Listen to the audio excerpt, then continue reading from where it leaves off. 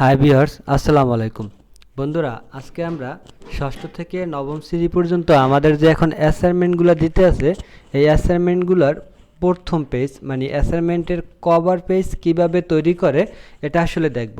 আসলে আমরা অনেকেই আমাদের কমেন্ট করছে কিভাবে অ্যাসাইনমেন্টের কভার পেজ তৈরি করতে হয়, কভার পেজের চারপাশে বর্ডার দেওয়া যাবে কি না বা বর্ডার দিলে কোনো প্রবলেম হবে কি না, তো এটা নিয়ে আমরা আলোচনা করব। তো বন্ধুরা, তোমরা আমার এই চ্যানেল যারা নতুন আসছো তারা অবশ্যই চ্যানেলটি সাবস্ক্রাইব করে বেল বাটনে ক্লিক করে রাখো, যাতে পরবর্তীতে তোমাদের এইরকম অ্যাসাইনমেন্ট জাতীয় যত ভিডিও আছে সবগুলো তোমরা নোটিফিকেশন আকারে পেতে পারো। আমার এই চ্যানেলে তোমাদের সকল অ্যাসাইনমেন্টগুলোর উত্তরপত্র সহ আলোচনা করা হবে, তাই অবশ্যই চ্যানেলটি সাবস্ক্রাইব করে বেল বাটনে ক্লিক করে রাখো।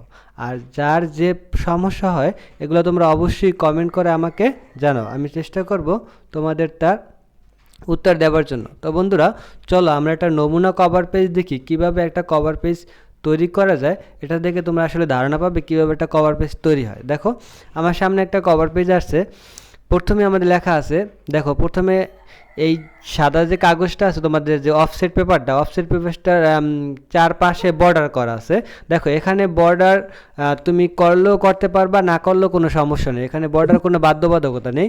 তো দেখার সৌন্দর্যের জন্য তোমরা ইচ্ছা করলে এই উপরের সাদা কভার পেজটার চারপাশে বর্ডার করতে পারো। তো বর্ডার করলে একটু দেখতে ভালো দেখায়, তবে না করলেও কোনো সমস্যা নেই, তুমি যদি সাদা রেখো তাও কোনো সমস্যা নেই।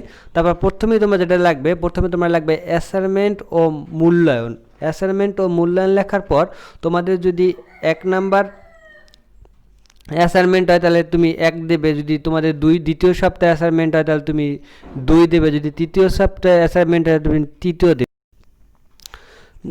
এভাবে তোমরা এই জায়গায় নাম্বারিং করবে যে অ্যাসাইনমেন্ট ও মূল্যায়ন প্রথম সপ্তাহের 1, দ্বিতীয় সপ্তাহে 2, তৃতীয় সপ্তাহে 3, এরকমভাবে নাম্বারিং করবে।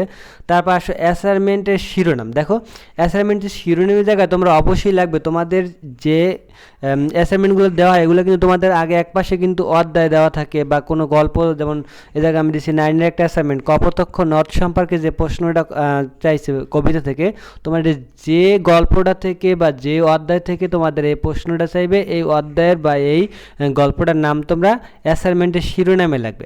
তারপর বিদ্যালয়ের নাম, বিদ্যালয়ের নামের জায়গায় তোমরা তো যার যার বিদ্যালয়ের নাম লিখবে। তারপর আছে ছাত্র ও ছাত্রীর নাম, এ জায়গায় তোমাদের যে নাম অবশ্যই লিখবে। তারপর বিষয়ের জায়গায় অবশ্যই তুমি বাংলা হলে বাংলা, ইংরেজি হলে ইংরেজি, গণিত হলে গণিত, বিজ্ঞান হলে বিজ্ঞান, এরকম বিষয়ের জায়গায় বিষয় লাগবে। তারপর শ্রেণী তোমার যার যার শ্রেণী লাগবে, যে ষষ্ঠ শ্রেণীতে পড়ে সে ষষ্ঠ শ্রেণী, যে নবম শ্রেণীতে পড়ে সে নবম শ্রেণী লিখবে। তারপর শাখার জায়গায় তোমরা তোমাদের শাখা অনুযায়ী কারো ক, কারো খ, কারো গ, যে যার শাখা আছে এই শাখা লাগবে। তারপর আছে আমাদের রোলের জায়গায় তোমরা অবশ্যই তোমাদের রোল লাগবে। আর এগুলো দেখো আমাদের এই অ্যাসাইনমেন্টটা কিন্তু একটা ধারাবাহিকভাবে আছে। আমরা যখন ফার্স্টে লিখছি অ্যাসাইনমেন্ট ও মূল্যায়ন, তারপর আমরা অ্যাসাইনমেন্টের শিরোনামের পর 2টা ডট দিয়ে আমরা যে সম্পর্কে আমাদের অ্যাসাইনমেন্টটা বলা হয়েছে আমরা ওই সম্পর্কে কী করছি, অ্যাসাইনমেন্টটা লিখছি। তারপর আছে আমাদের বিদ্যালয়ের নামে তোমরা কী করবে, 2টা ডট দিয়ে তোমাদের বিদ্যালয়ের নাম লাগবে। আর ডটগুলো আমরা যেরকম ডায়ালগে একদম সোজাসুজি যে ডটগুলো দেই তোমরা এই অনুযায়ী কী করবে, এই ডটগুলো দিবে।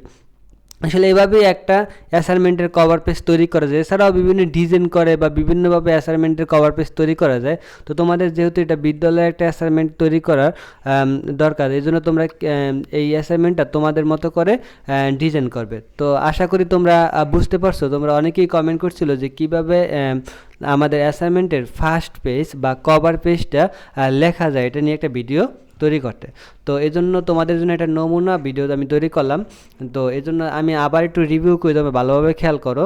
তোমার সর্বপ্রথমেই লাগবে অ্যাসাইনমেন্ট ও মূল্যায়ন। তারপর যদি প্রথম সপ্তাহে অ্যাসাইনমেন্ট হয় তাহলে 1, দ্বিতীয় সপ্তাহে 2, তৃতীয় সপ্তাহে 3, এভাবে তোমাদের তো প্রায় 6 সপ্তাহ অ্যাসাইনমেন্ট হইব। তো এরকম 1, 2, 3, 4 করে তোমরা লিখবে। তারপর অ্যাসাইনমেন্টের শিরোনামে অবশ্যই তোমার এই গল্পটা যে অধ্যায় থেকে দেওয়া হয়েছে বা যে গল্প থেকে তোমার এই প্রশ্নগুলো করা হয়েছে ওই গল্পের নাম বা ওই অধ্যায়ের নাম তোমার এই জায়গায় উল্লেখ করে দিতে হবে। তারপর আছে বিদ্যালয়ের নাম, এটা তোমরা অবশ্যই বুঝে কীভাবে তোমার যার যার বিদ্যালয়ের নাম দিবে। তারপর আছে ছাত্রছাত্রীর নাম দিবে। বিষয়, তুমি যে বিষয় সম্পর্কে অ্যাসাইনমেন্ট করতেছো ওই বিষয়ের নাম লিখবে। তারপর শ্রেণী, শাখা, রোল।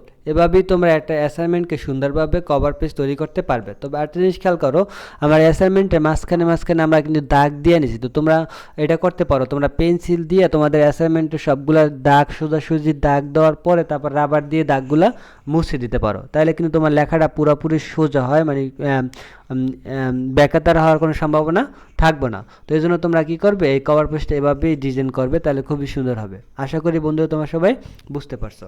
তো অবশ্যই তোমরা যাওয়ার আগে চ্যানেলটি সাবস্ক্রাইব করে বেল বাটনে ক্লিক করে যাও, যাতে পরবর্তী অ্যাসাইনমেন্ট তোমরা খুব তাড়াতাড়ি এবং খুব সহজেই পেতে পারো। ধন্যবাদ সবাইকে। আসসালামু আলাইকুম।